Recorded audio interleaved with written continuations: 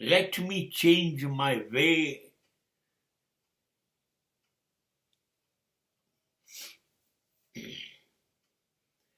હું મારો રસ્તો બદલી રહ્યો છું. આ બહુ પરિપક્વતાની ઘટના છે.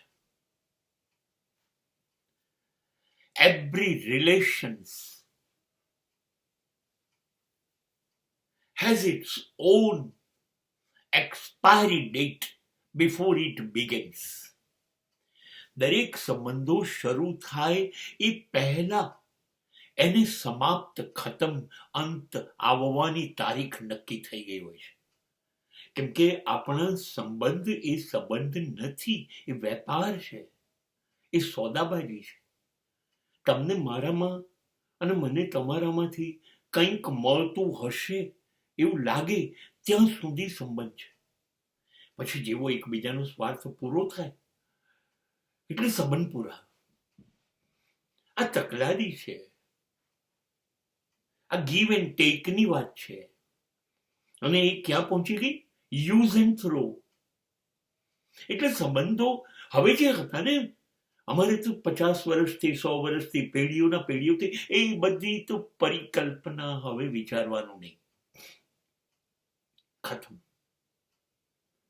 સબ કુછ ખતમ.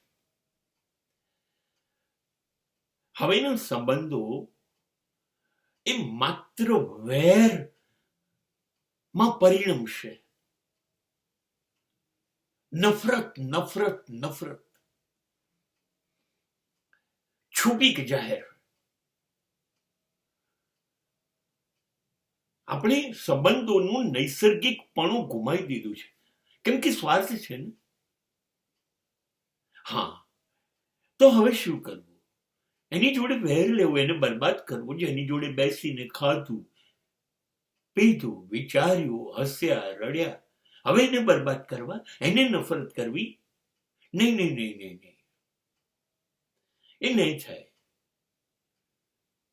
એ માણસાઈનું કામ નથી. એને કર્યું કે મેં કર્યું એ અલગ વાત છે. એનું ઇન્સ્પેક્શન, એનું ઓડિટ નથી કરવું. જે થઈ ગયું થઈ ગયું, ચલો ભૂલી જઈએ, ઉભા રહી જઈએ, રોકાઈ જઈએ. એક નાનકડું સ્મિત ચહેરા ઉપર ફરકાઈને કહીએ બાય બાય. હવે નથી મળવું.